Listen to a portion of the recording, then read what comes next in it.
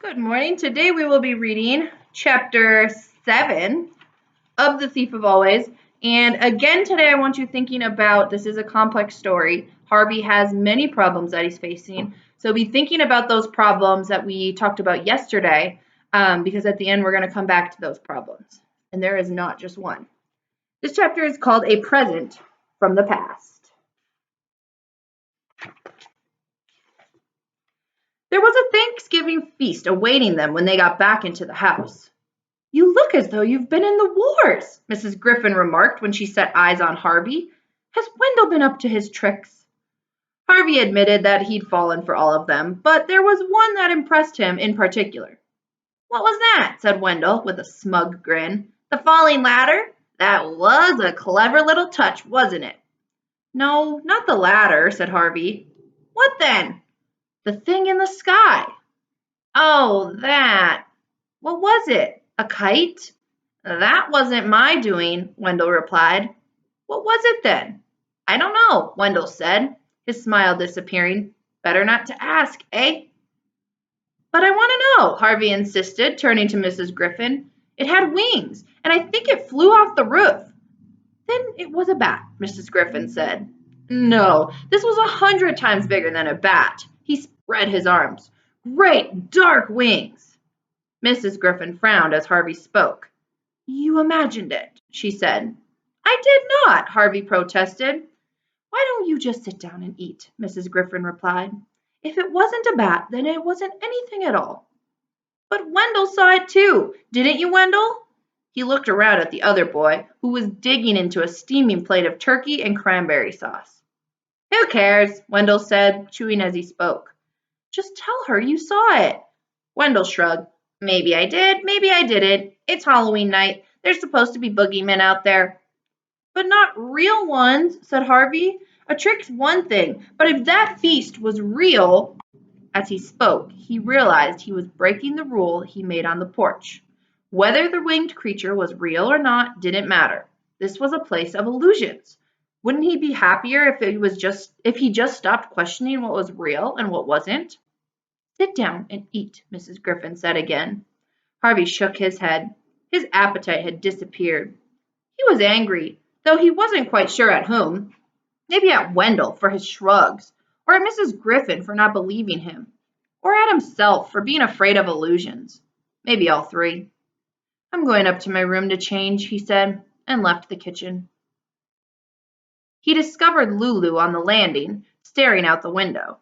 Wind gusted against the glass, reminding Harvey of Rictus's first visit. It wasn't rain the gusts were bringing, however. It was powdery snow. "It'll be Christmas soon," she said. "Will it?"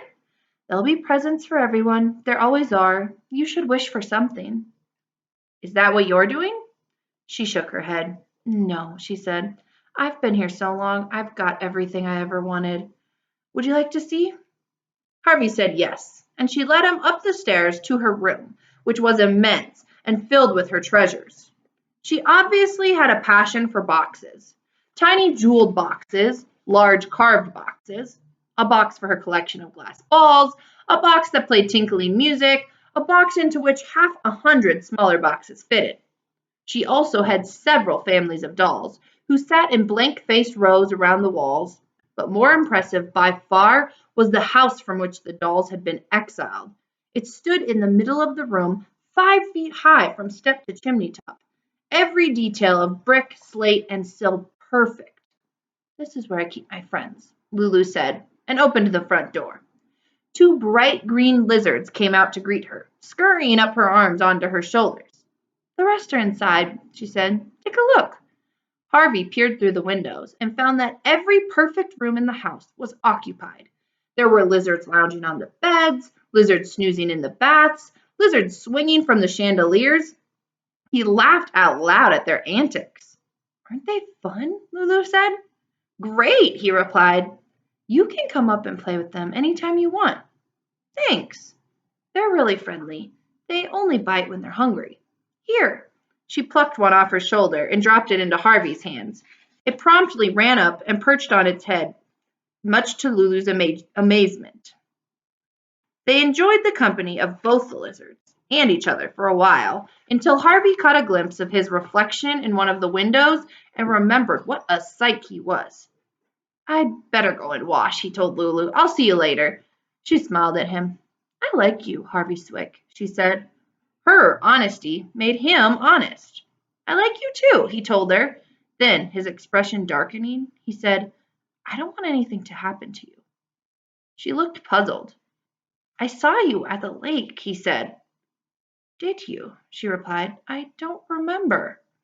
"Well, anyway, it's deep. You should be careful. You could slip and fall in."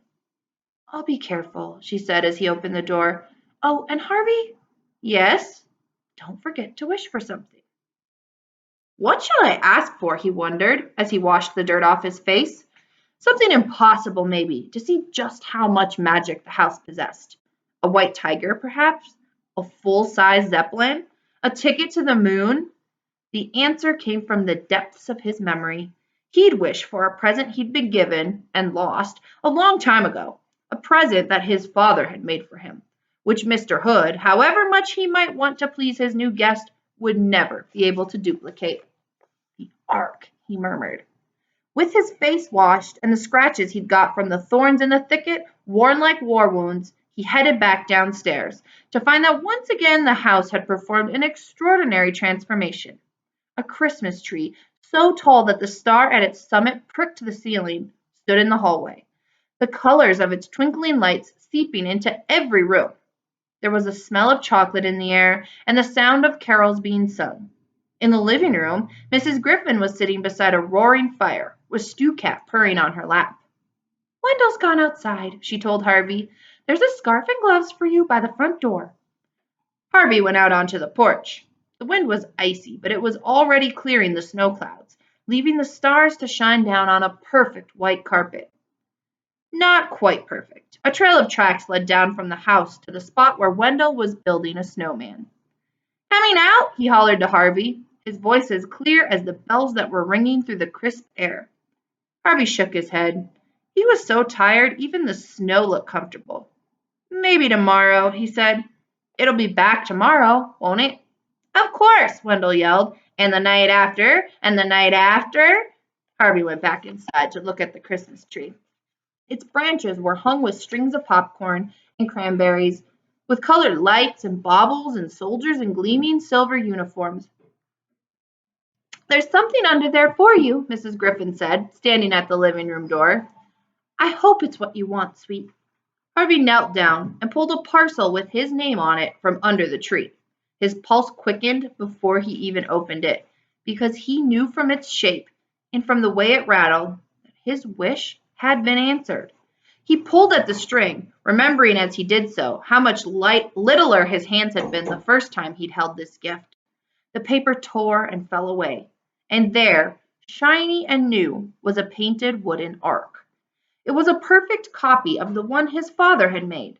The same yellow hull, the same orange prow, the same wheelhouse with holes in its red roof for the giraffes to put their heads through, the same led animals, all in pairs, snug in the hold or peering through the portholes. 2 dogs, 2 elephants, 2 camels, 2 doves, all these and a dozen more. And finally, the same little Noah, with his square white beard and his fat wife, complete with an apron. "How did he know?" Harvey murmured. He hadn't intended the question be heard, but much less answered. But Mrs. Griffin said, "Mr. Hood knows every dream in your head." "But this is perfect," Harvey said in amazement. "Look, my dad ran out of blue paint when he was finishing the elephants, so one of them has blue eyes and the other one has green eyes. It's the same. It's exactly the same." "Does it please you then?" Mrs. Griffin asked. Harvey said it did, but that wasn't entirely the truth. It was eerie to have the ark back in his hands when he knew the real one had been lost, as though time had been turned on its heels, and he was a little kid again. He heard Wendell stamping the snow off his feet at the front door and was suddenly embarrassed to have such a childish present in his hands. He gathered it up in its wrapping and hurried away upstairs, intending to head back down for some supper. There's the lizards.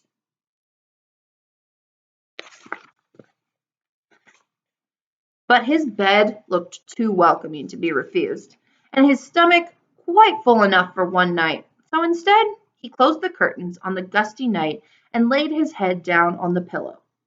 The Christmas bells were still ringing in some distant steeple, and their repetition lulled him into sleep.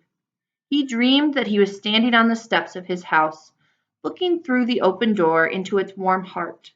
Then the wind caught hold of him, turning him from the threshold and carrying him away into a dreamless sleep.